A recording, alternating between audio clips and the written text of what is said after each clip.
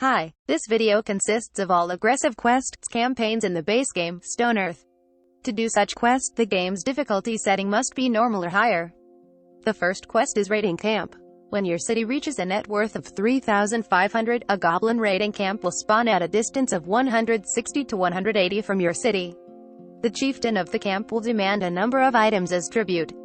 If you accept their demands, you will be given 1 day to collect the items. If you successfully collect and deliver the items, the goblins will come back with new demands in 2 days. As long as you agree to the chieftain's demands, all goblins will be neutral towards your hearthlings. If you reject their demands, or fail to collect the items in time, the goblins will become hostile again. The arc ends when the chieftain is killed. Additionally, if you refuse to accept the demands, but your town is considered weak enough, the goblins may choose to pack up and go away after waiting long enough. This can be seen as a message saying that they won't attack you because there's no glory in defeating a weak town. Sometimes, however, some goblins may remain behind and approach your town to attack. This seems to end the campaign short.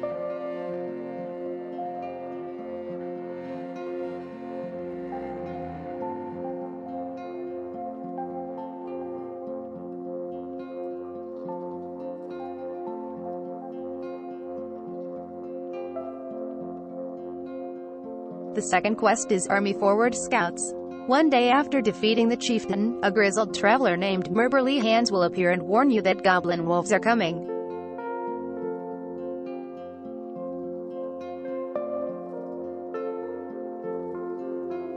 One day and 5 hours later, a scout camp will spawn at a distance of 80 to 180 from your city. You will get one of two types of messages at this point: a mysterious orc that suggests attacking the camp before they attack you, or a group of refugees who encourage you to run and hide. If the wolf cage is destroyed, the wolves will flee into the forest and a new camp will spawn in 1 day and 5 hours. If the wolves are left caged for 8 hours, they will appear at a distance of 50 to 60 from your city and attack you. The arc ends when 3 scout camps have appeared. After 1 day, Murberly Hands will return, congratulating you on surviving and leaving gifts collected from nearby towns. From these camps, we would gain an item called Broken Flute, which will be needed for the next quest.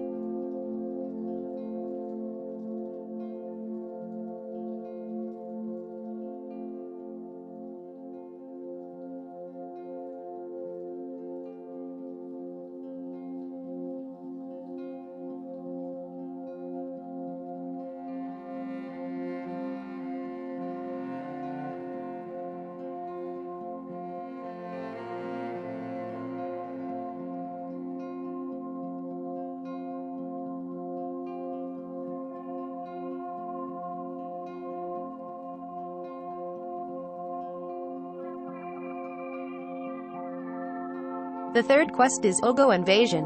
Erden, a red kiln kobold scout, tells you that his Khan, Ogo Skullbonker, is old and wishes to provide an adequate foe for his clan to seek honor via and gain further strength. He warns that Ogo is coming to visit and gives you a choice. You can either create and place a mountain's wind chime token in your base so that Ogo sees your respect for him, or you should be prepared to be raided. Kill a few camps of the red kiln warriors for a broken flute, which can be crafted by a carpenter into a mountain's wind chime. If you do not create one in time, Ogo is offended and attacks your town. If you do place the mountain's wind chime before Ogo arrives, he is pleased and leaves you a gift. Ogo drops a unique weapon called the Bonker when killed.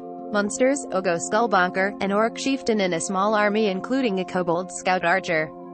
The kobold scout archer will drop an item which will be needed for the next quest.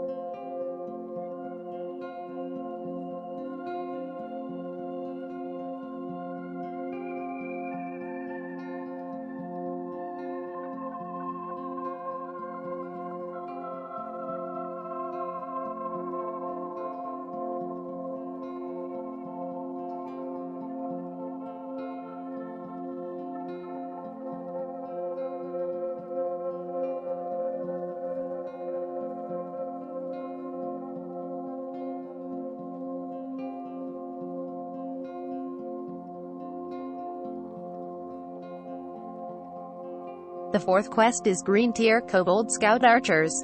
Start. Place a scout decorative gong created via the blacksmith plot. Kobold scouts will spy your gong and yell gleefully that they want your treasure. After you defeat them, they will whimper that they are too weak and dare you to place an elite gong. Monsters, Kobold Scout Archers and a Kobold Elite Archer.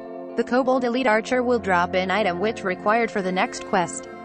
Make sure to pick it up, since it will despawn after a while, and there won't be any Kobold Elite Archer invading for some reason. If you're in this situation, spawn in the item with debug. It is the menu, mods section.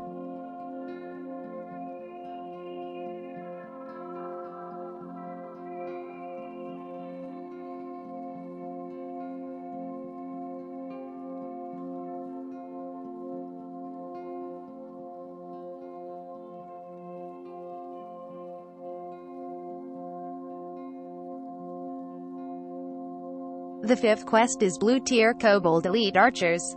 Start. Place an elite decorative gong created via the blacksmith plot. Orcs have contracted goblins to set up a camp so that the orcs can raid you. The camp goblin seeks to bargain with you, saying that if you give it wealth, it will prevent the orcs coming.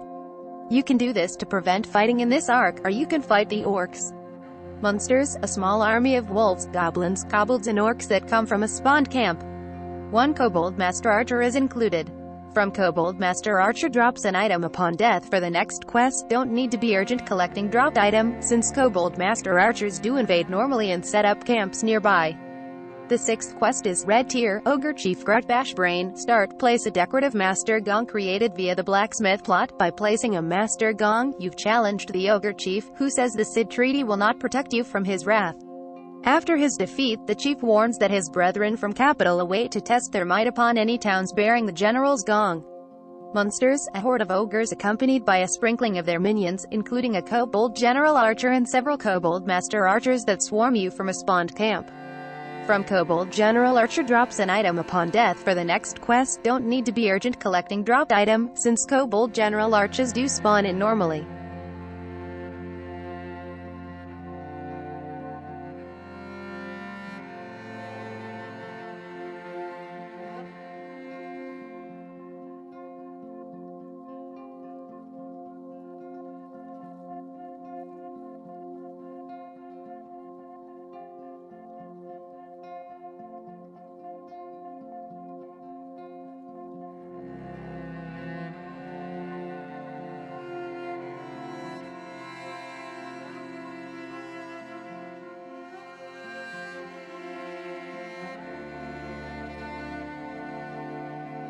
The seventh quest is Purple Tier Orcs from Capital. Start. Place a general's golden gong created via the blacksmith plot. The golden gong has notified the orc generals from the Red Kiln's capital that you are ready for battle.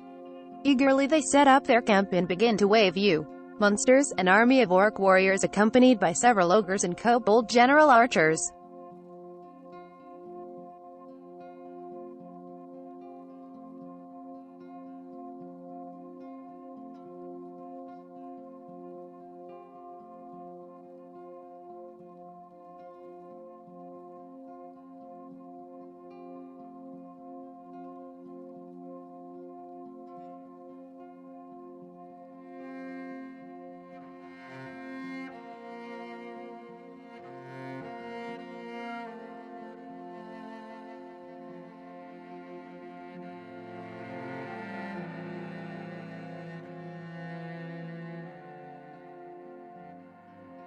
The eighth quest is Warchief Oghar Norwind. In recognition of your strength in defeating his chiefs and warriors, Warchief Oghar Norwind strides towards you with fearless bravado. After his defeat, he congratulates you on being a worthy opponent, and thanks you for helping his warriors gain further strength. He mentions if you ever want to test your strength, you need only place another gong of any of the 4 colors.